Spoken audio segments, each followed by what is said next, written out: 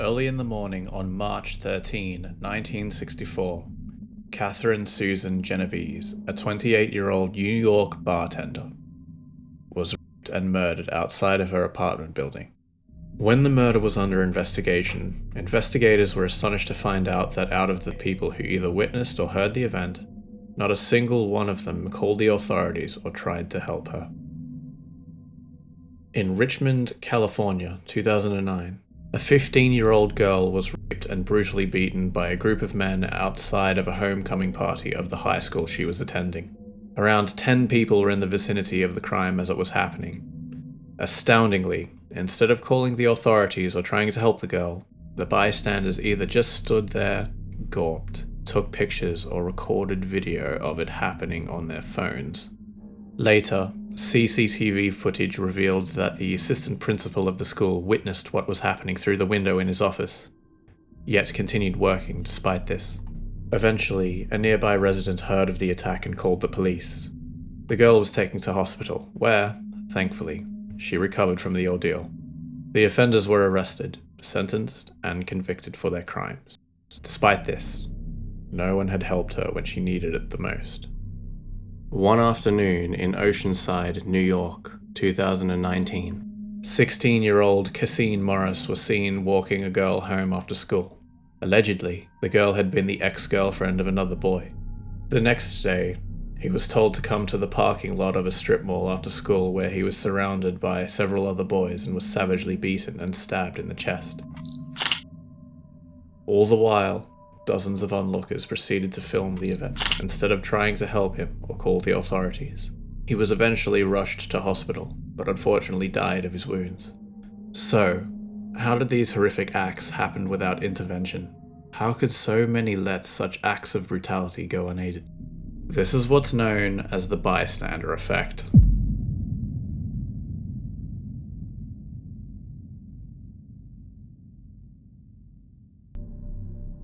The bystander effect was first coined by social psychologists Bibb Latané and John Darley after the Catherine Genovese case.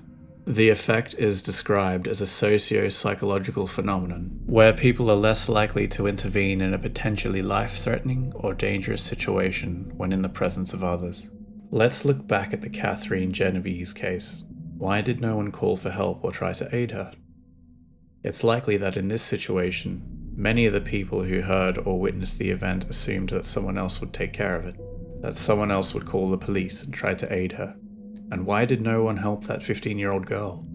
Or Cassine Morris? This is what's known as diffusion of responsibility, and it's surprisingly, or perhaps disturbingly, common. In 1968, Latané and Darley tested this phenomenon with an experiment. They recruited undergraduate students from Columbia University and sat them in a room either alone or with two other people who were non-reactive. The participant was required to fill out a questionnaire whilst waiting. Meanwhile, the researchers began filling the room with smoke through a vent in the wall and observing them through a one-way glass. The idea was to create a perceived, potentially dangerous situation. The researchers measured the length of time it took for the participant to leave the room and report the smoke. Astonishingly, they found that the participants were far less likely to report the smoke while in the presence of people behaving indifferently than when they were alone. This is just one example. There are many others. The bystander effect has also been observed when people have had seizures or asthma attacks. Less serious examples would include not answering a door or intercom when in the presence of others, or witnessing a stranger drop some spare change and not picking it up to help them. Of course, there are other variables that may play a role in whether bystanders help people in danger or not. For instance, if the group witnessing the event had a meaningful relationship with the person in trouble, they would be more likely to help as opposed to being witnessed by strangers. Another factor that may influence whether people receive help from bystanders is the degree of danger the person is in, whether perpetrators are on the scene, or whether the cost of intervention was physical or not. Ambiguity also plays a role. If onlookers are not sure what they're witnessing, they'll be less likely to help and more likely to stand by to try and understand what's happening in front of them. Furthermore, different norms in different cultures also play a role in intervention. Some cultures are perhaps far more likely to intervene when someone needs help. However, the converse is also true. In some cultures, intervention is less likely to occur. Regardless, it's terrifying to think that you could be in mortal danger, and it's possible that no one would come to help you. It is quiet within the bounds of possibility for a man to recognize the relative evil of his nature, but it is a rare and shattering experience for him to gaze into the face of absolute evil. In the 20th century, Swiss psychiatrist and psychologist Carl Jung proposed his archetypes. He proposed that these archetypes were innate models of foundational human behavior passed down from our ancestors. Jung's main archetypes are the persona, the self, the anima/animus, and lastly,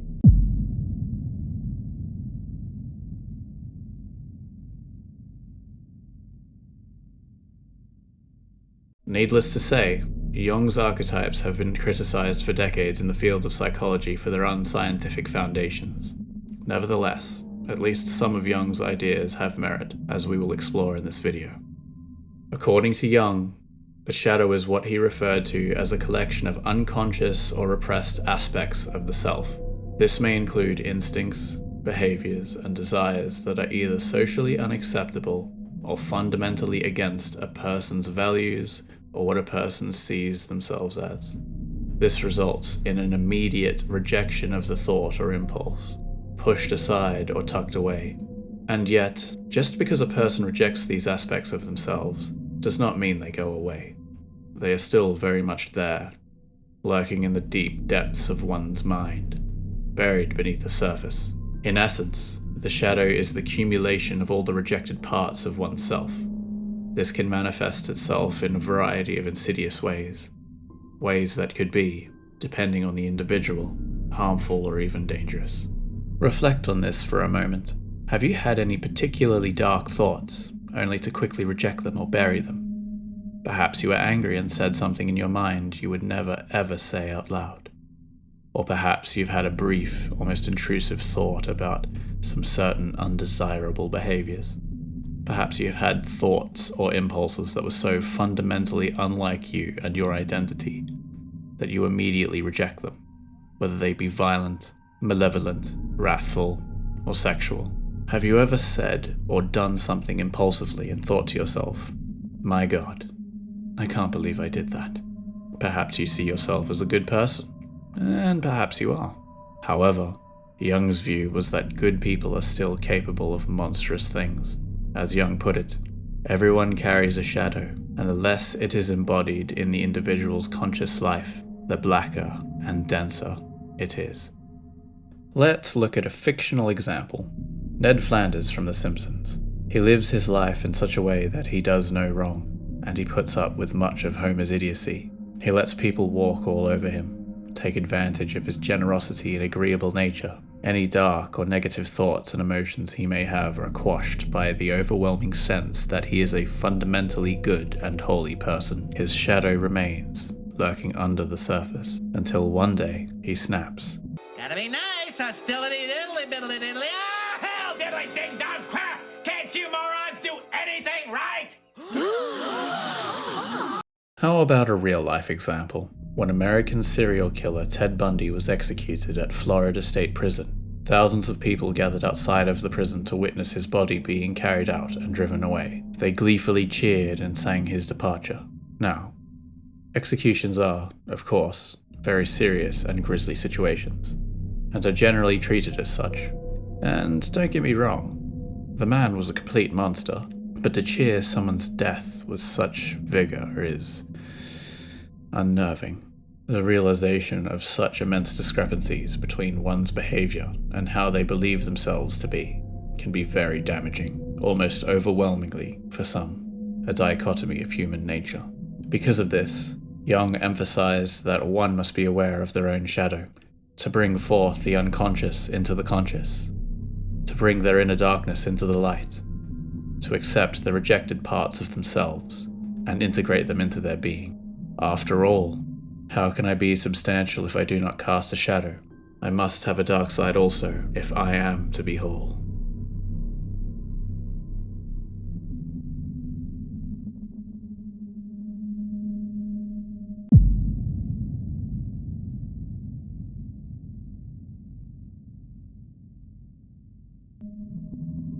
Stanley Milgram was an American psychologist in the 20th century. He is best known for his controversial and ethically dubious experiments around obedience and authority. In 1963, he conducted an experiment which would shake the very foundations of our understanding of human nature, and forever change our views on what human beings are capable of. Milgram's research was inspired by the atrocities committed in World War II concentration camps. Gas chambers, shootings, forced labor. Many of these atrocities may have originated from the mind of a single twisted individual, but the scale in which they were carried out could only have been accomplished if thousands of people under that person followed their orders. In essence, Milgram wanted to test the limits of obedience under authority. Milgram devised an experiment in which he recruited participants and deliberately misled them to believe the experiment they were taking part in was based on using electrical shocks as a method of teaching. Would you open those and tell me which of you is which, please? Teacher. Learn. Teacher. A person, dubbed a learner, was strapped into a chair in a room and had electrodes placed on them. The participant was then sat in a chair in another room and was given access to a machine that controlled the shocks. Cloud. Horse. Rock. House. Answer. Wrong. 150 volts. Answer. Horse. On the machine, various voltages were labelled, the lowest being 15 volts and the highest being 450 volts. The participants could hear the learner in the other room. The participants were instructed to gradually increase the voltage as the learner gave the wrong answer. Many of the participants began to hesitate and object as they were told to increase the voltage. Experiment, that's all. Get me out of here. Get me out of here, please. Continue, please. Go right on. I refuse to go on. Let me out. You refuse to go on? The experiment requires you continue, teacher. Please continue. Various lines of encouragement were used. The encouragements ranged from, "Please continue," to extremes such as, "It is absolutely essential that you continue," and "You have no other choice. You must go on." If the first encourager did not succeed in getting the participant to continue in the experiment, then they would move on to the next one, and the next one, getting more and more forceful each time, until they were essentially ordering them to continue. The results were staggering. Out of the 40 participants, only 5 of them stopped at the 300-volt mark. Just 5. A total of 14 of them refused to continue before administering the final shock of 450 volts. 375 volts. I think something's happened to that fellow in there. I don't get no answer. He was hollering a less voltage. Can't you check in and see if he's all right, please? The other 25 participants, over half the total number of participants, continued to obey all the way through and administered every possible shock they could when ordered to, even if they found the experience distressing. The fact that so many of the participants continued to obey, despite not wanting to, was perhaps the most disturbing of the findings. Eventually, some of the participants stopped obeying entirely and would refuse to continue.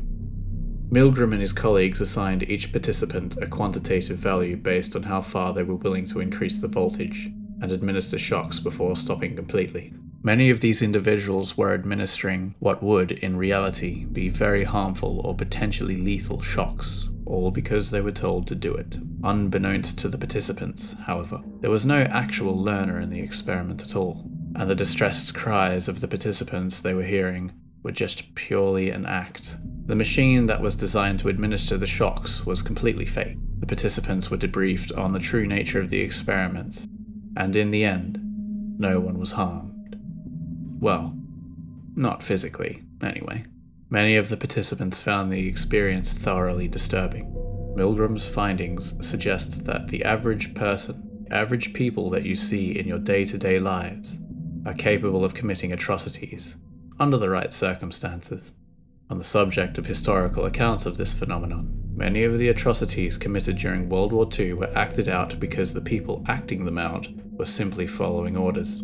Essentially, it was as if a shifting of conscience had occurred and that they could justify their actions because they were, quote-unquote, just doing their job, and personal accountability would be conveniently absent. Of course, You will never see an experiment like this conducted today. Psychologists today are required to follow a very strict code of ethics, which prohibits them from potentially harming individuals in experiments, whether it be physically or psychologically. Nevertheless, the findings of this experiment are important in understanding these fascinating, yet terrifying, aspects of the human condition.